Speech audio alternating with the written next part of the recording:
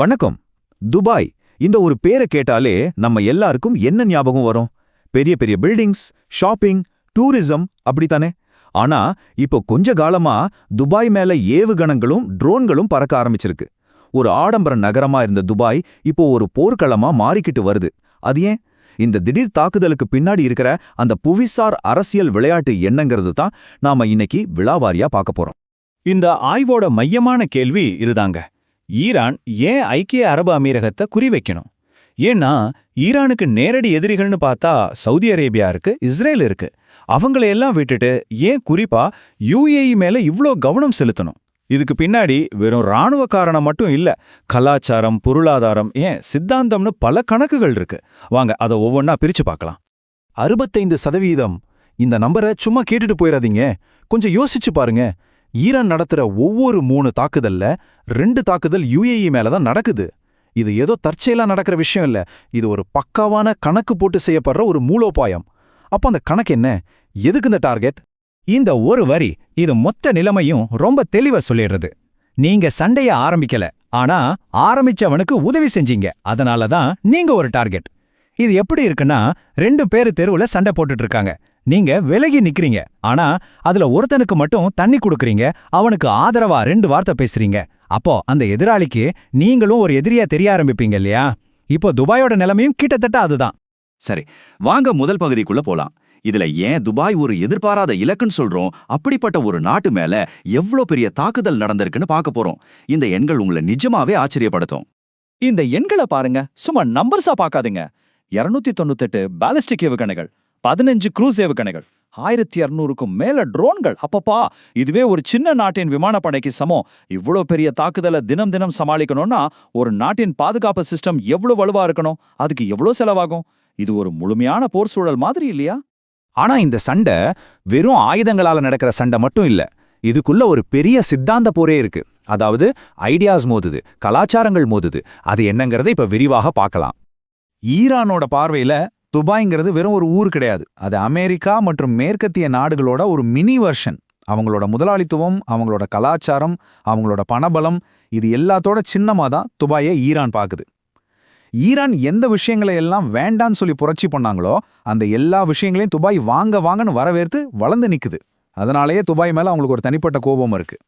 இந்த 2 பக்கத்தையும் பாருங்க. ஒரு பக்கம் துபாய் மேற்கத்திய கலாச்சாரத்தை அரவணைச்சு உலகத்தையே வர்த்தகத்துக்காகவும் சுற்றுலாவுக்காகவும் கூப்பிடுது.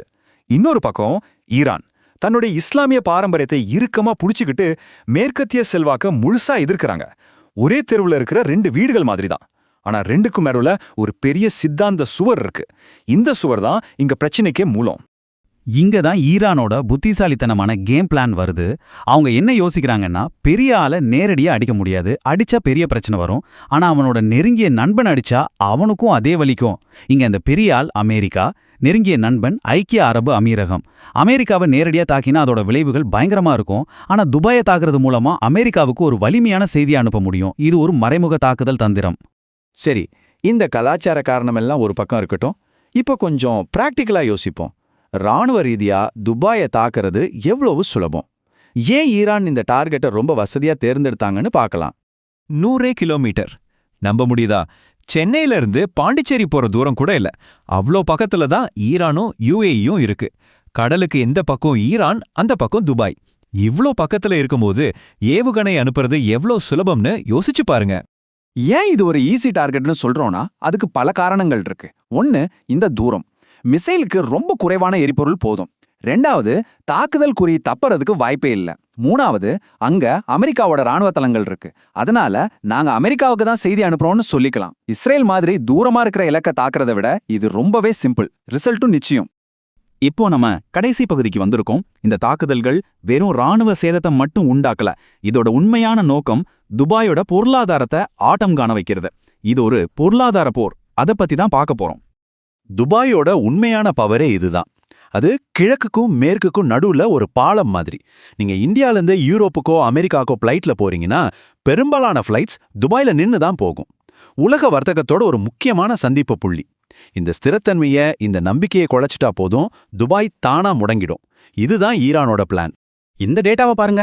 துபாயோட பொருளாதாரம் எந்த அளவுக்கு சுற்றுலாவை நம்பி இருக்குன்னு தெரியும். வருஷத்துக்கு $12 பில்லியன் வருமானம், அதாவது கிட்டத்தட்ட 1 லட்சம் கோடி ரூபாய்.